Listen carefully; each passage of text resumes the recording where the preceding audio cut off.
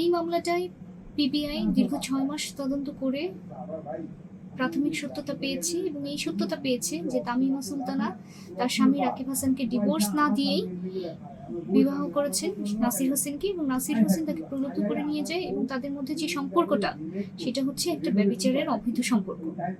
এই মামলা যখন চলাকালীন সময়ে আমরা 10 জন সাক্ষী কোর্টে উপস্থিত করি এবং অন্যান্য প্রমাণাদি কোর্টে উপস্থাপন করি।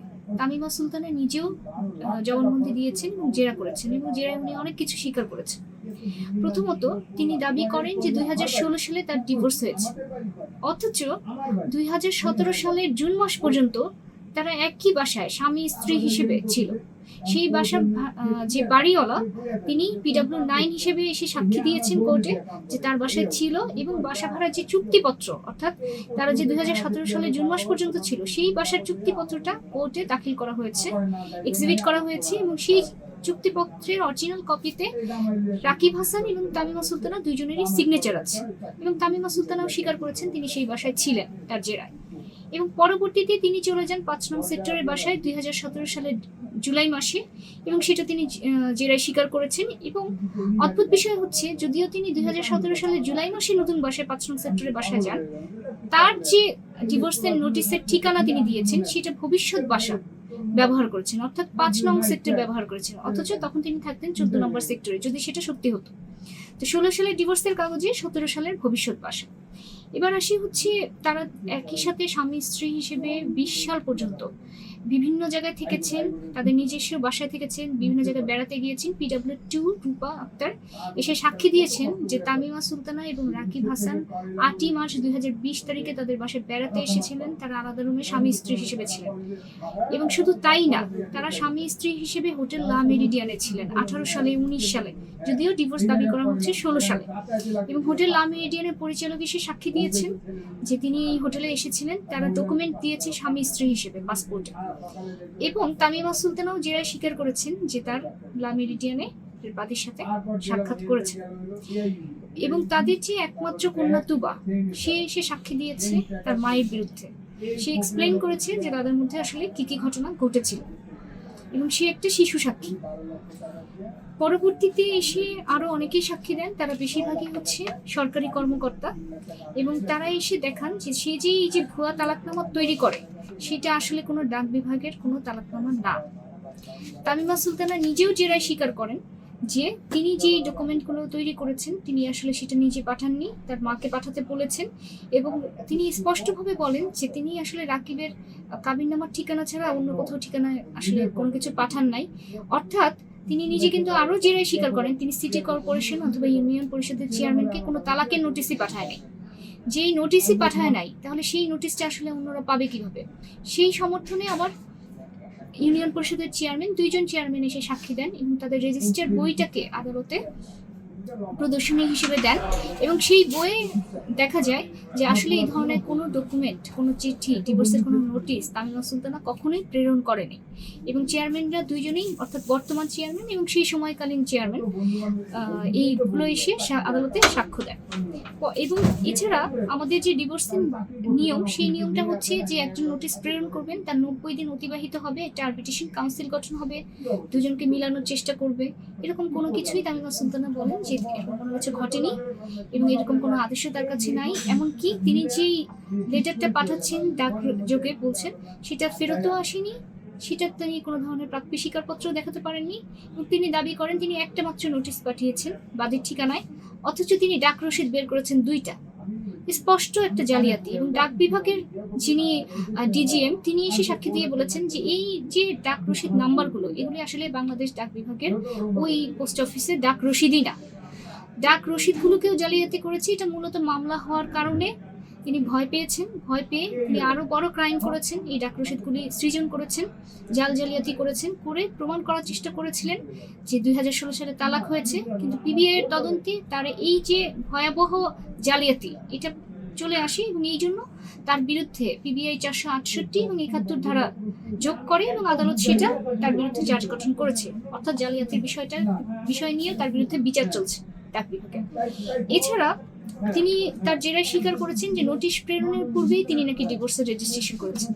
যেটা অ্যাবসলিউটলি একটা অ্যাবসার্ড কথাবার্তা, যে একটা নোটিশ প্রেরণ হলো না, সেটা কার্যকর হলো না, তার আগেই ডিভোর্সের রেজিস্ট্রেশন হয়ে বসে আছে। কিভাবে সম্ভব? এবং ডিভোর্সের রেজিস্ট্রেশনের যে কাগজগুলো, এগুলোতে এত অসঙ্গতি যে সেখানে আসলে কোনো তথ্যগুলো ঠিক নাই, সেটার কোনো ব্যাখ্যা তামিমা সুলতানা বলেছেন তিনি জানেন।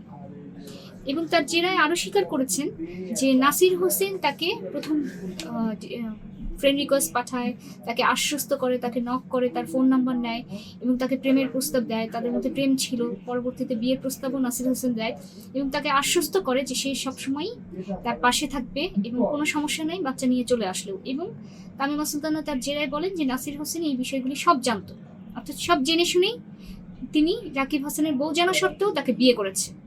এবং আরো বিষয় হচ্ছে তামিমা সুলতানার যে পাসপোর্ট উনি 16 সালে দাবি করলেও ওনার যে 13 থেকে 18 সালের পাসপোর্টেও স্বামী রাকিব হাসান, 18 সালের থেকে যে 23 সালের পাসপোর্ট সেইটাতেও স্বামী রাকিব হাসান এবং ইমার্জেন্সি কন্ট্রাক্ট হিসেবে রাকিব হাসানের নাম দেয়া, রিলেশনশিপের স্ট্যাটাসে লেখা যে রাকিব হাসান হচ্ছে তার হাজবেন্ড। এবং শুধু তাই নয়, তার যত রকম জিএসসি কার্ড, চাকরির যত ডকুমেন্ট, ক্রিমিনাল রেকর্ড ফর্ম, সবগুলোতে তার হাজবেন্ড হিসেবে রাকিব হাসান। এবং তিনি নিজে জেরায় এই সমস্ত বিষয় স্বীকার করেছেন। ওই ডকুমেন্টগুলোকে দেখানো হয়েছে, কোর্টে দাখিল করা হয়েছে এবং তিনি ওই ডকুমেন্টগুলো সত্যি হিসেবে স্বীকার করে নিয়েছেন তার জেরায়। এবং শুধু তাই নয়, এই ডকুমেন্টগুলো রাখার কোনো ব্যাখ্যা তার কাছে নাই, কারণ তারা আসলে হাজব্যান্ড ওয়াইফ হিসেবেই সংসার করছিল। আকস্মিকভাবে উনি কোনো ধরনের ডিভোর্স না দিয়ে এই নাসির হোসেনকে বিয়ে করেন এবং নাসির হোসেন ওনার বউ জানা সত্ত্বেও তাকে নিয়ে প্রলুব্ধ করে নিয়েছেন এবং বিয়ে করেছেন।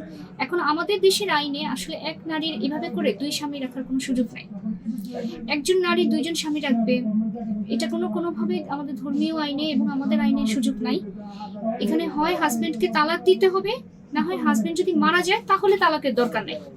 হাজবেন্ড জীবিত থাকা অবস্থায় তাকে তালাক না দিয়ে একই সাথে দুইজন স্বামী রেখে এবং দুইজনের সাথেই একজনকে ডকুমেন্টারি এবং বিভিন্ন হোটেলে থাকতেছে, বাসায় থাকতেছে, একই বাসায় থাকতেছে, আবার এদিকে আবার আরেকজন হাজবেন্ডকে রাখতেছে, আবার মিথ্যা দাবি করতেছে যে আমি তালাক দিয়েছি, এটা আসলে আইনগতভাবে কোনো সুযোগ নেই। এবং দণ্ডবিধির 494 ধারায় এই ধরনের কাজকে শাস্তিযোগ্য অপরাধ হিসেবে চিহ্নিত করেছে এবং 7 বছর পর্যন্ত সাজার বিধান রাখা আছে।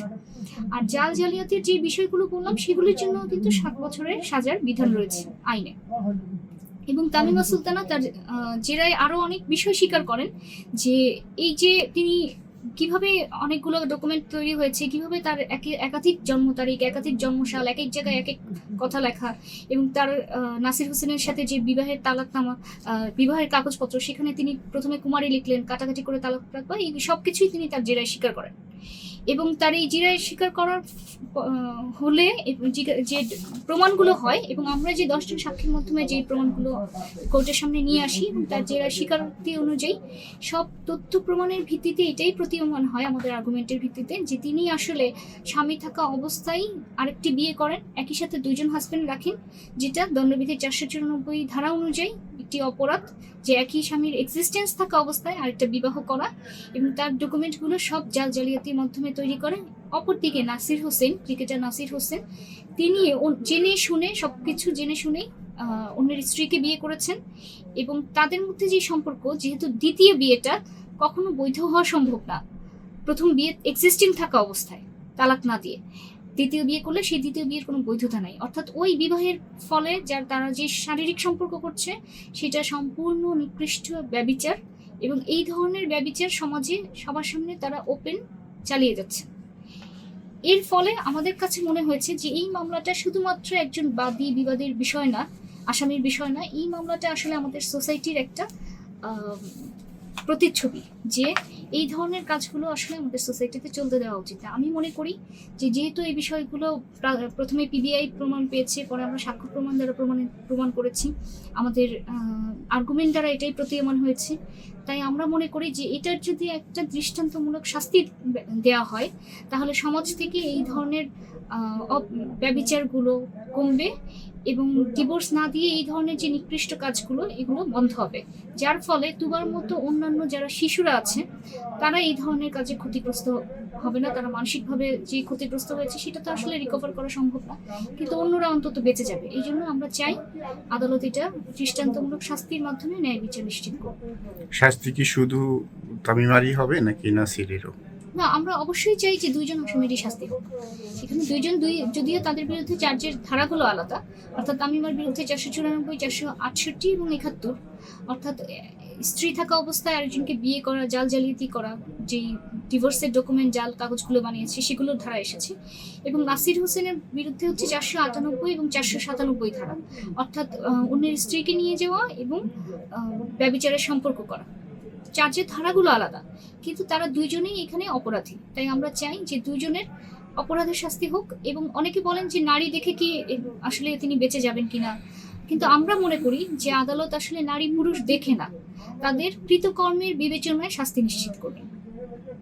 এখানে নাসিরের সাজাও 7 বছর হতে পারে। নাসিরের সাজাও 7 বছরের পর্যন্ত হতে পারে। আচ্ছা, নাসির তামিমাকে আনুষ্ঠানিকভাবে বিয়ে করে কবে, কত সালে? নাসির তামিমাকে বিয়ে করেন 2021 সালে। আপনারা গেলে ইউটিউবে এটার অসংখ্য ভিডিও পাবেন। কিন্তু তারা কখনোই ডিভোর্স দেয়নি, এবং ডিভোর্স না দিয়ে তারা খুবই নির্লজ্জতার সাথে এই নাচ গানগুলো এই ইউটিউবে ছেড়েছে, যার ফলশ্রুতিতে আমরা আমাদের মামলায় দিয়েছি। এগুলো যখন প্রকাশিত হয় তখন যে তামিমা এবং রাকিবের কন্যা, সে খুব মানসিকভাবে ক্ষতিগ্রস্ত হয়েছে। এই ইউটিউবে এই নাচ গান সে বিভিন্ন জায়গায় কোশ্চেনের সম্মুখীন হয়েছে যে কিভাবে তার মা আরেকটা বিয়ে করেছে, এখানে তো তাদের ডিভোর্স হয়নি। তো সেই বিষয়গুলো আমরা আমাদের পিটিশনে উল্লেখ করেছি, এবং সেখানে আমরা এই বিষয়ে শাস্তি চেয়েছি। Thank you.